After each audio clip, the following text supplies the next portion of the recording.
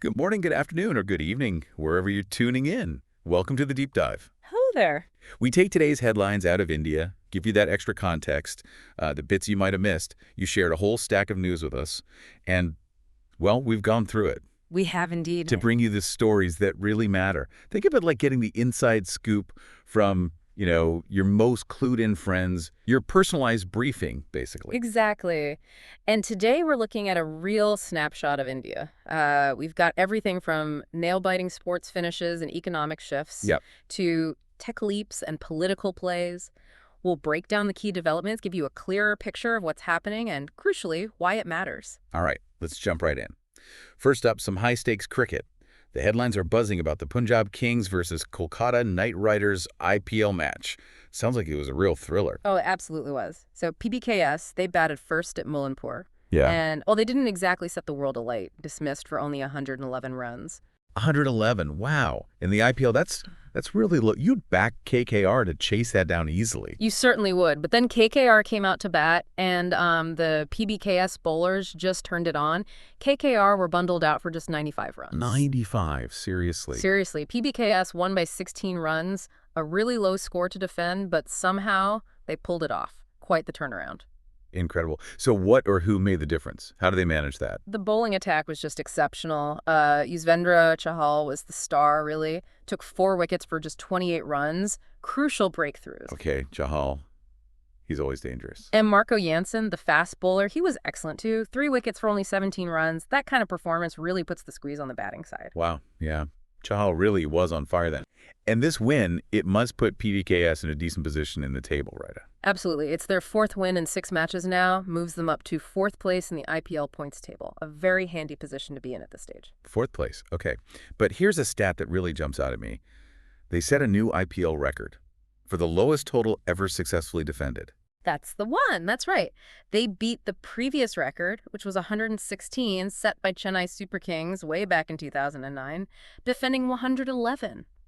It just speaks volumes about their bowling and fielding effort on the day. It really does. And for the cricket history buffs listening, Chahal also hit a milestone. He did. He equaled Sunil Nareen's record for the most 4-wicket hauls in IPL history. That's 8 each now.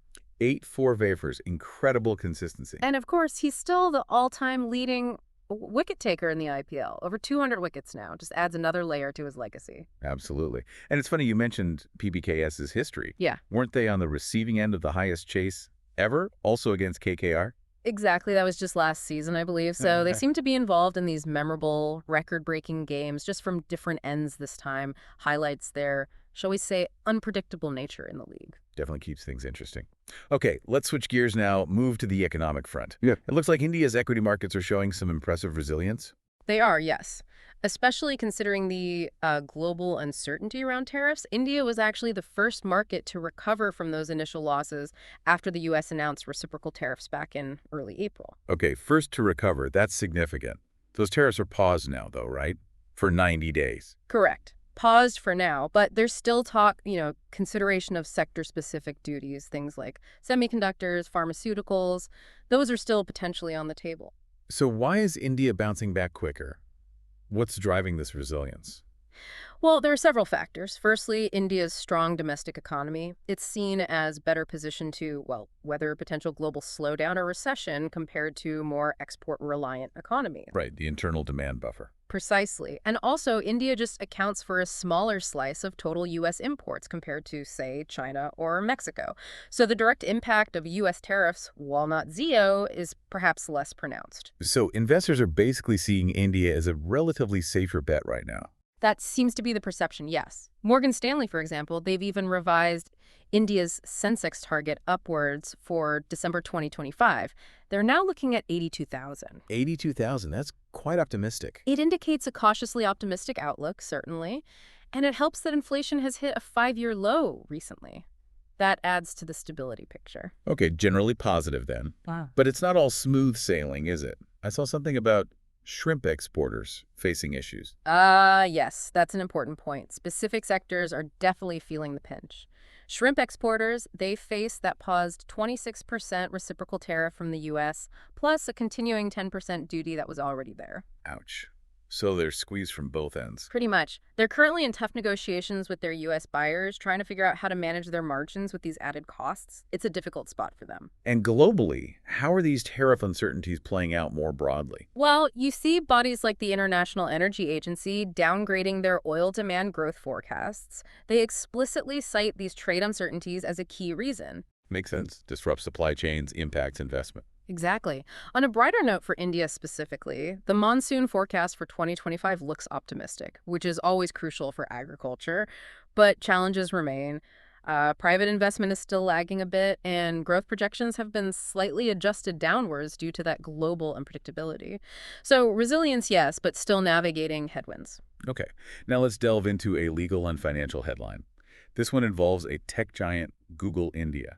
The Karnataka High Court has issued a directive.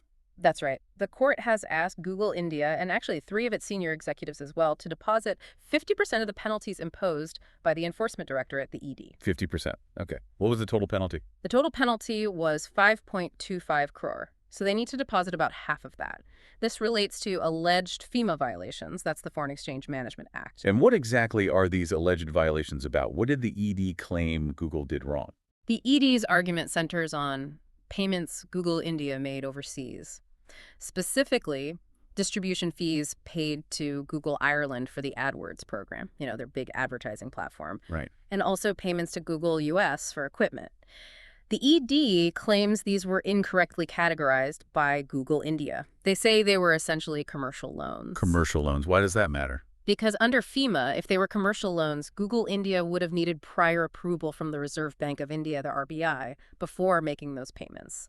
The ED says they didn't get that approval. I see. And what's Google's side of the story? How do they counter that? Google India disputes this interpretation entirely. They argue there were no formal loan agreements, no repayment schedules, fixed none of the usual hallmarks of a loan. They also claim they complied with RBI guidelines that were actually issued back in 2014. So it really boils down to a difference in interpretation of the transactions and the regulations. Exactly. It's about classification. And interestingly, the FEMA Appellate Tribunal had initially even suspended the penalties. That suggested they thought Google's appeal had merit. Okay, so the tribunal sided with Google initially. They suspended the penalty, yes. But the ED then challenged that suspension in the High Court, which led to this current directive, the partial deposit. The court was clear, though, this deposit doesn't mean they've judged the merits of the case yet. It's just security while the appeals are ongoing. Right, procedural. Yeah. Did the ED mention the amounts involved in these transactions? I thought I saw some large figures mentioned. Yes, they did highlight that. They pointed to about 363.79 crore owed to Google Ireland, outstanding for over 4 years. 4 years, okay. And another 1.08 crore owed to Google US for more than 7 years. The ED uses these long-standing dues as part of their argument that these weren't normal operational payments, but effectively unapproved loans.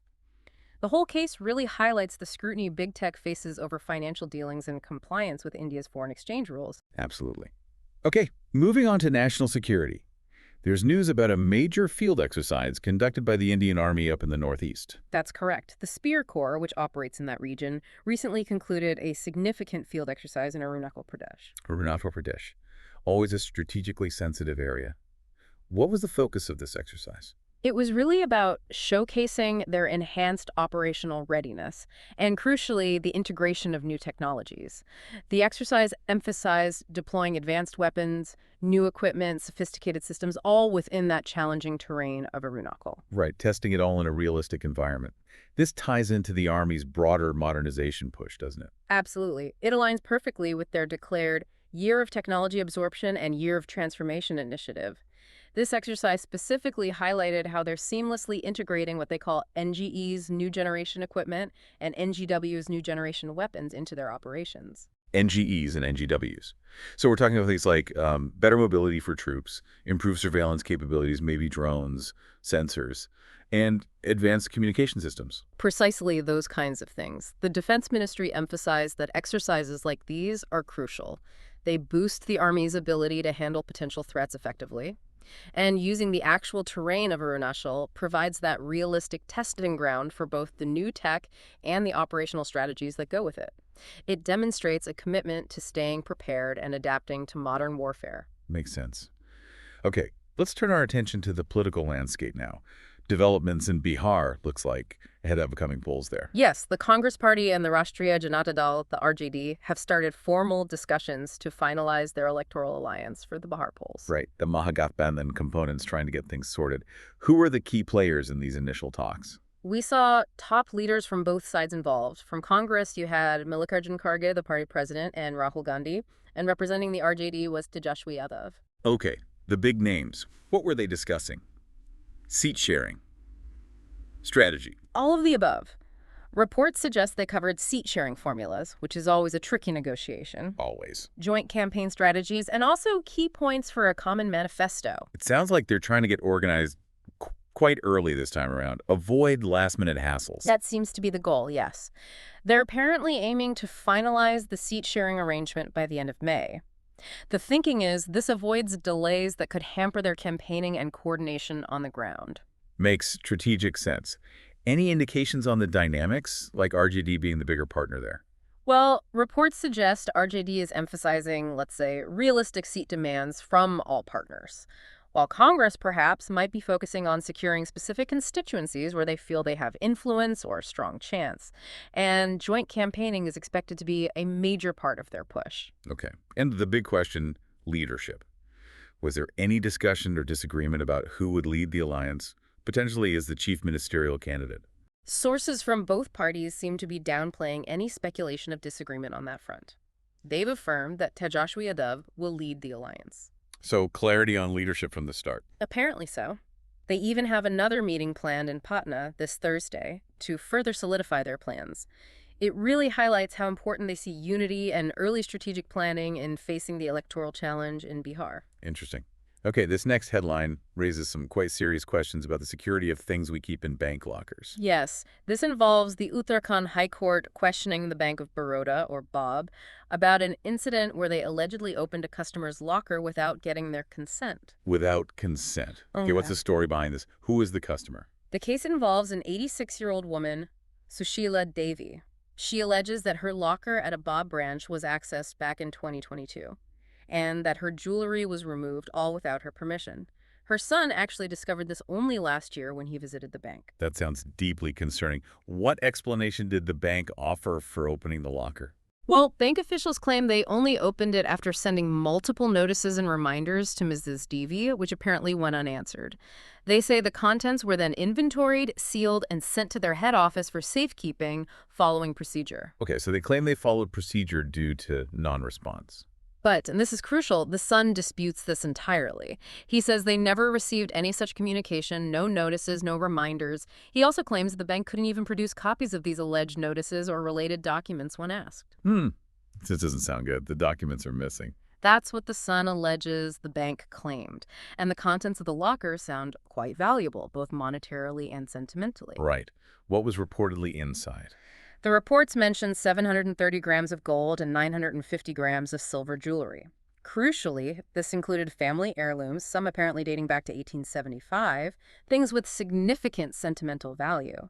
The family feels so strongly they've even filed a police report accusing bank officials of robbery. Robbery? That's a serious accusation. Yeah. What did the High Court actually say or direct in this matter? Justice Pankaj Purohit specifically directed the Bank of Baroda to present the exact rules and regulations that authorize them to forcibly open a customer's locker when the account holder doesn't respond.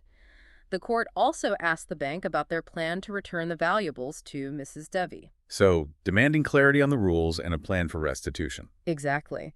This case really throws a spotlight on transparency and accountability in how banks handle customers' valuables stored in lockers. Raises important questions. It certainly does. Okay, let's move back to economics, but focus on a specific industry. Pharmaceuticals. There's concern about potential U.S. tariffs again. Yes, specifically the potential impact of tariffs proposed under, or at least associated with, the Trump administration's trade policy ideas. These are causing concern for global pharma supply chains and especially for India's generic drug manufacturers. Right. Why is India so central in this context? We hear a lot about India being the pharmacy of the world. Precisely. India is a massive global supplier of generic drugs. These are the more affordable versions of medicines whose patents have expired. They're very widely used in the U.S. to manage common health conditions, helping keep healthcare costs down. So a disruption to that supply could be significant for the U.S. market. Hugely significant. The U.S. imports a vast amount of pharmaceutical products every year. The figure for 2024 alone was around $246.8 billion. These Indian generics are a big part of that. So the fear is that higher tariffs could disrupt the supply of these essential generics and ultimately increase prices for American consumers. That's the major concern, yes. Increased costs for manufacturers often get passed down the chain. And it's not just Indian companies watching this closely. Big pharma giants elsewhere, like Bayer and Takeda, are also assessing the risks these potential tariffs pose to their own global operation. So it creates broader anxiety. Exactly. The uncertainty itself is damaging. It just underscores how interconnected global supply chains are, especially in critical sectors like healthcare, and how trade policy decisions can have really far-reaching consequences. Indeed. Now, for something different, a development in the world of academia, an interesting appointment. Seems like a first for a top management institute. Yes, this is quite notable. Professor M.P. Gupta, who is currently at IIT Delhi, the Indian Institute of Technology, is set to become the next director of IIM Lucknow, the Indian Institute of Management. An IIT professor heading an IIM. What's the significance of that? Is that unusual? It's the first time it's happened at IIM Lucknow, which is one of the premier IIMs. So yes, it's definitely significant. His appointment has been approved by IIM Lucknow's Board of Governors, and he's expected to take charge on April 23rd, 2025, succeeding Professor Archana Shukla. Okay. What's Professor Gupta's background? What field is he in at IIT Delhi? He's a very distinguished academic in management sciences, actually. So his field is relevant. He holds the Modi Foundation Chair at IIT Delhi. His leadership is expected to bring perhaps a fresh perspective to IIM Lucknow, drawing on his experience within a top technical institution. Right, bridging that gap between the tech world of IITs and the management focus of IIMs. Exactly. This transition is interesting because it could signal a greater emphasis on interdisciplinary approaches, maybe blending technology and management education more closely. Could this signal a new strategic direction for IIM Lucknow, perhaps focusing more on, say, tech management or analytics? It certainly suggests a growing recognition of the value of that kind of interdisciplinary thinking in academia. It might pave the way for more collaborations between IITs and IIMs down the line. He has a 5-year term, and the expectation is he'll work to enhance IIM Lucknow's reputation further and perhaps expand its contributions, maybe through more tech-focused management education. Interesting to watch. Yeah. Okay, now for some really cutting-edge science news. This comes out of Bengaluru, India's tech hub. Sounds like big strides in quantum technology. Absolutely. This is exciting stuff. Two Bengaluru-based startups, QPAI and QNU Labs, used World Quantum Day to unveil some significant quantum technologies they've developed. Okay, tell us more. What did they launch? Let's start with QPAI. Right, so QPAI introduced something called QPAI Indus. They're claiming it's India's most powerful indigenous quantum computer so far. It features 25 superconducting qubits. 25 qubits. Okay, that's a solid number for this stage. Any plans to scale up? Oh, very ambitious plans. They're aiming for, I think, 128 qubits in the relatively near future, and eventually targeting 100 logical qubits, which is a much harder measure, by 2030. Wow. What kind of problems are they hoping to tackle with this? What are the applications? They're targeting some major areas: life sciences, drug discovery, materials science, also mobility, logistics optimization, sustainability, and climate action modeling.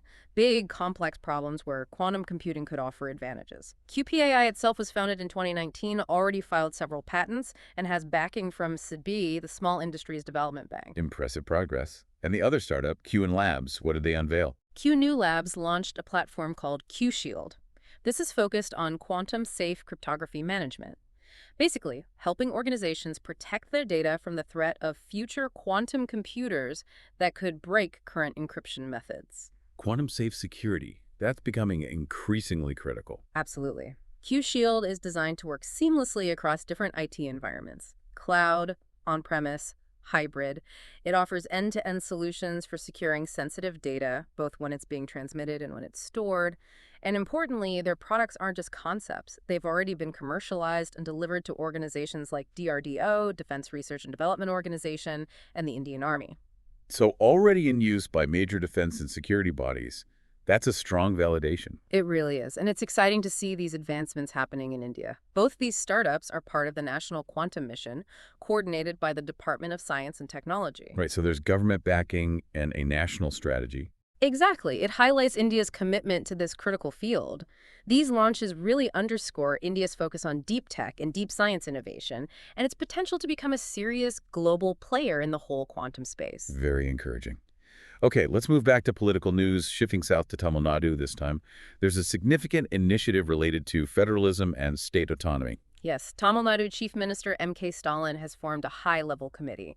It's being led by a retired Supreme Court Justice, Kurian Joseph, and its mandate is to address concerns about state autonomy and the federal structure. Okay, a high-level committee. What's the motivation behind this move right now? Is this linked to ongoing center-state friction? It certainly seems to be. It comes amidst what the Tamil Nadu government perceives as ongoing tensions regarding the erosion of states' rights within the federal system. Chief Minister Stalin has voiced concerns about the union government allegedly encroaching into domains traditionally handled by states' areas like health, law, finance. Right, the division of powers debate? Exactly. He's even advocated for education, which is currently on the concurrent list, to be moved back entirely to the state list to give states more control. So the committee's goal is essentially to look at how to reassert or protect the balance of power between the state and the central government. That's the core idea, yes. The committee will recommend measures specifically aimed at protecting the constitutionally guaranteed rights of states. It will also look at ways to improve center-state relations generally. They're expected to give an interim report by January next year and a full report within 2 years. 2 years. Okay. Who else is on this committee besides Justice Joseph? Some notable figures include Ashok Vardhan Shetty, who's a former vice-chancellor of the Indian Maritime University, and M. Naganathan, former vice-chairman of Tamil Nadu's State Planning Commission. They'll also be looking at recommendations from previous committees that have studied center-state relations over the decades. Like the Sarkaria Commission, maybe. Exactly. The Rajamanar Committee, Sarkaria Commission, Panchi Commission, their work will likely inform this new committee's deliberations. And what's been the reaction to this initiative politically? I imagine it's drawn responses. Predictably, yes. It's been met with mixed political reactions. The BJP and the AIADMK, the main opposition in Tamil Nadu, are opposing the move, Okay. while the DMK and its allies are naturally supporting Stalin. The BJP state president questioned the demand for total autonomy, as he put it. But Stalin has countered by pointing out that even former AIADMK leaders historically align with the DMK on protecting state rights. So it positions Tamil Nadu again as a key voice advocating for federalism and state autonomy in India. A space to watch. Okay, here's some potentially positive news concerning international relations and something of great spiritual importance. The Kailash Mansarovar Yatra. Yes, reports suggest India and China are reportedly nearing an agreement to resume the Kailash Mansarovar Yatra. That's significant. Why has it been suspended for the last few years? Well, it's been suspended since 2020, initially due to the COVID-19 pandemic and the travel restrictions that came with it. COVID disrupted everything. But also, the border tensions along the line of actual control, the LAC, especially after the Galwan incident, played a major role in its continued suspension. So the fact that they are now seriously discussing resuming it is a positive sign for the broader relationship, maybe a step towards normalization. It certainly seems to be viewed that way. This development comes after some disengagement of troops at certain friction points on the LAC and also follows discussions between PM Modi and President Xi Jinping last October. Resuming the Yatra is seen as part of wider confidence-building measures, or CBMs, aimed at trying to normalize relations. Are there other aspects to these confidence-building measures being discussed beyond the Yatra? Yes, discussions have also reportedly included things like data sharing on trans-border rivers, which is always a sensitive issue. Crucial for water management, yeah. And also potentially reviving border trade at certain points. The Indian side, though, has particularly emphasized restarting the Yatra, just given its deep cultural and spiritual significance for so many Indians.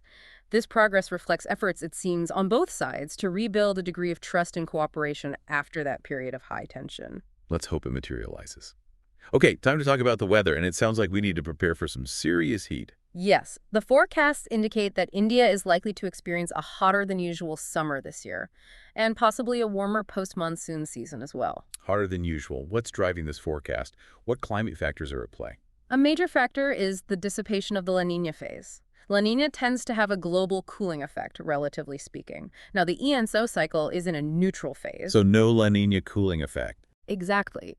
That absence, combined with the ongoing background trend of global warming, means experts are predicting more heat waves, potentially more intense pre-monsoon showers, and maybe even a higher likelihood of cyclones. We already saw some unseasonal heat in March and early April, which fits this pattern. Right, those early heat spells were noticeable. And globally, what are the trends looking like? Is this just an India-specific thing? Not entirely. You'll remember earlier in 2024, under El Niño conditions, global average temperatures actually briefly crossed that 1.5 degrees C threshold above pre-industrial levels. Yes, that was alarming. While that specific record might not be broken again this year, 2025 is still expected to be among the warmest years globally. Contributing factors include the warm waters in the Indian Ocean and the Western Pacific. Warmer oceans mean the atmosphere can hold more moisture, potentially leading to more intense rainfall and storms when they do occur. So generally warmer conditions, potentially leading to more extreme weather events like heat waves and intense rain. That's the concern. Experts are stressing the need for close monitoring of both heat waves and cyclones. Higher temperatures can intensify rainfall, increasing flood risks. The IMD, the India Meteorological Department, has already warned about above normal maximum temperatures across much of India for the pre-monsoon season. It just underscores the impact of global warming and the need for preparedness. Definitely need to be prepared. Okay. Okay, next up, an interesting initiative aimed at making train travel a bit more convenient.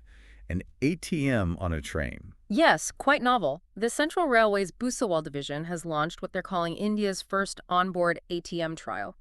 It's on the Panchvati Express, which runs between Manmad and Mumbai CSMT. An ATM actually inside the train coach. How do they manage that? Logistically, technically? They collaborated with the Bank of Maharashtra. It's part of the railway's non-fare revenue scheme, finding ways to earn money beyond ticket sales. They've installed the ATM in a previously unused space within one of the coaches. Ah, so it doesn't take up passenger seats. Correct. No impact on passenger seating. And the train itself is fully vestibule connected, meaning passengers can easily walk between coaches to access the ATM. Smart. But does it work while the train is moving? Connectivity must be an issue. Apparently they've addressed that. The ATM stays connected to mobile networks, which allows for real-time transactions even while the train is on the move. That's quite impressive. It sounds like a great convenience, especially for certain types of travelers, maybe daily commuters. Absolutely. The Panchvati Express serves a real mix of people, lots of commuters, business travelers, etc. The railway thinks this will be particularly helpful for senior citizens, women, or just anyone who has an unexpected need for cash during their journey. You never know when you might need cash quickly. Exactly. This trial really shows Indian Railways trying to improve the passenger experience and also being innovative about revenue. If it proves successful on the Panchvati Express, you could definitely see this being rolled out on other trains across the network. A potential glimpse of the future for train travel amenities. Okay, finally today, we have a significant development in a long-running, high-profile political and legal case. Yes, the Enforcement Directorate, the ED, has filed a charge sheet against Sonia Gandhi and Rahul Gandhi in the money laundering case related to the National Herald newspaper. Right, the National Herald case. This is the first time both Sonia and Rahul Gandhi have been directly named in an ED charge sheet in this matter, correct? Yes, that's correct. They've been accused under specific sections of the Prevention of Money Laundering Act, the PMLA. The case revolves around Young Indian Private Limited, or YI. The company where the Gandhis hold a majority stake. Exactly. It focuses on YI's acquisition of Associated Journals Limited, AJL, which was the publisher of the National Herald newspaper, for what the ED describes as a relatively small sum back in 2010. Okay. And what are the core allegations the ED is making in this charge sheet? What do they claim happened? The ED alleges that this transfer effectively gave the Gandhis, through their control of YI, beneficial ownership of AJL's significant assets, mostly prime real estate, across India. The ED values these assets in the thousands of crores. Thousands of crores. So the allegation is acquiring valuable assets for a nominal sum via this transaction. That's the crux of the ED's case. The charge sheet also names other individuals associated with the transaction. The ED claims they've identified significant proceeds of crime, including their real estate itself, and shares, allegedly resulting from this deal. And what has been the reaction from the Congress Party to these charges against their top leaders? Unsurprisingly, they have strongly dismissed the charges. They've called it political vendetta and accused the government of using agencies like the ED for intimidation. They maintain their innocence and have vowed to fight the charges legally. So, denying the charges, alleging political motivation. Yes. This case has been going on for years, as you know, with many twists and turns. It really underscores that complex, often fraught interplay between politics and legal scrutiny in India. The next court hearing in this specific matter is apparently scheduled for August 2025. August 2025. Okay, so this will continue for some time. It certainly looks that way. And that brings us to the end of this deep dive into today's headlines from India. Yeah. We've certainly covered a lot of ground, from the drama of the IPL Always dramatic. to significant economic shifts, tech advancements, political strategies, legal battles, and even that unique ATM on a train. It's fascinating, isn't it, how these seemingly separate events all connect, painting this picture of a really dynamic, constantly evolving India, the resilience of the markets despite global issues, the ambition in quantum tech. There's just so much happening. We really hope this session has given everyone listening a clearer, maybe more insightful perspective on these key developments. It's always about looking beyond just the headline, understanding those underlying currents and, the potential future impact. Absolutely. And reflecting on all this, maybe the question that lingers is how this intersection of technology like quantum, like digital finance and established sectors, banking, transport, how that's going to continue reshaping daily life in India. That onboard ATM is just one small, tangible example, perhaps. A thought-provoking point to end on. Thanks so much for joining us on this deep dive. We'll be back soon with another exploration of the stories shaping your world. Until then, keep questioning, keep learning. Indeed. Until next time.